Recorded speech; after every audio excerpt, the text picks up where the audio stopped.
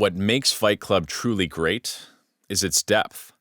There's tons of layers, themes, symbols, and motifs, a lot of which are not spelled out for you, and a lot of them go overlooked.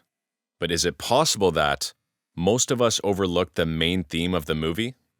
If you watch any Fight Club analysis video, you'll probably hear the same old spiel, that the narrator's psychosis and Tyler Durden are a byproduct of a brainwashed, consumer-centric society. I'm going to take a bold stance here and say this is wrong. In this video, I'll argue that the narrator's true battle is not with society, but intimacy. Now, I'm not saying the narrator's resentment of society should just be disregarded, but I believe it was mainly pretty much a masquerade for his deeper issue, his incapability of intimacy. Let's explore. One of the reasons I believe the narrator's true battle is with intimacy and not society is because, well, he tells us it is. In fact, he reveals this right at the beginning of the movie.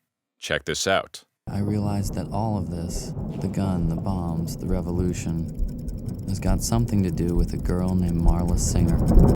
Let's examine this for a second. He didn't say all of this, the guns, the anarchy, etc., is about a failed consumerist society that drove me mad. No, he said it's really about a girl named Marla Singer. And I think what he means by this is that it's not about Marla per se, but his inability to be intimate with Marla, which has manifested into all of this psychosis.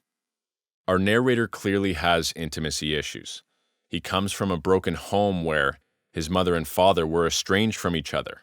His father eventually left them. He clearly grew up in a place where love and intimacy were never on display. This is why our narrator finds solace in support groups. For the first time in his life, he's surrounded and immersed in intimacy. What's more intimate than people sharing stories about their life, hugging, opening up and being vulnerable with each other, crying together?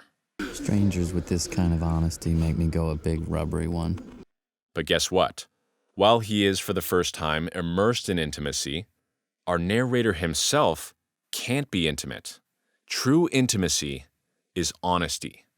Our narrator is not honest. In these support groups, he doesn't even share his real name or suffer from any of the diseases.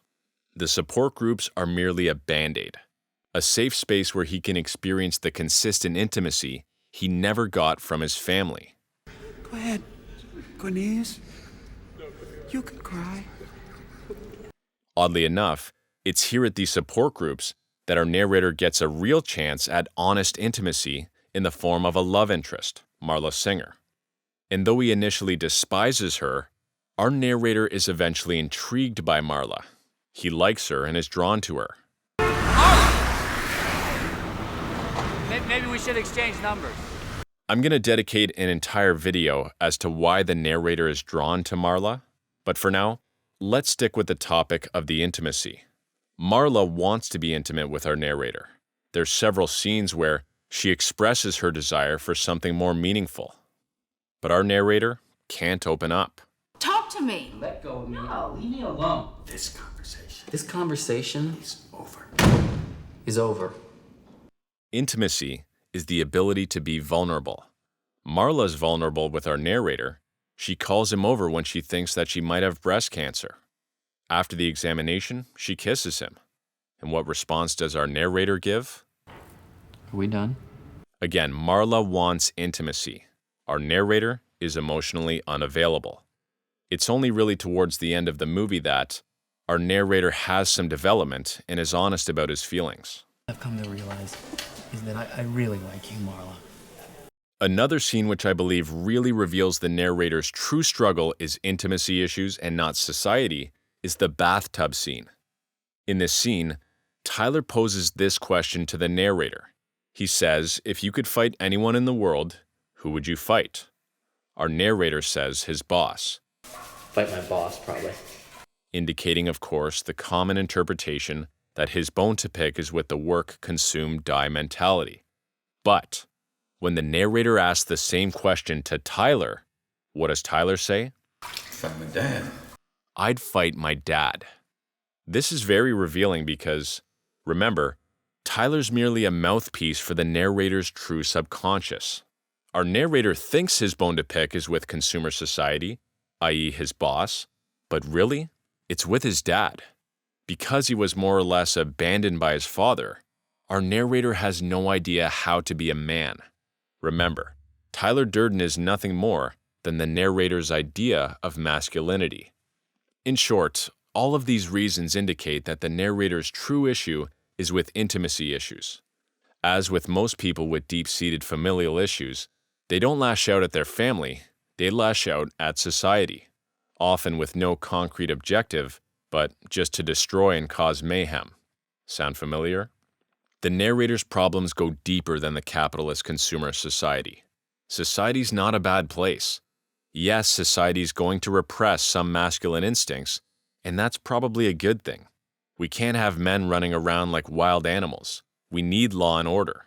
And you can still honor these masculine instincts in a healthy and modern way.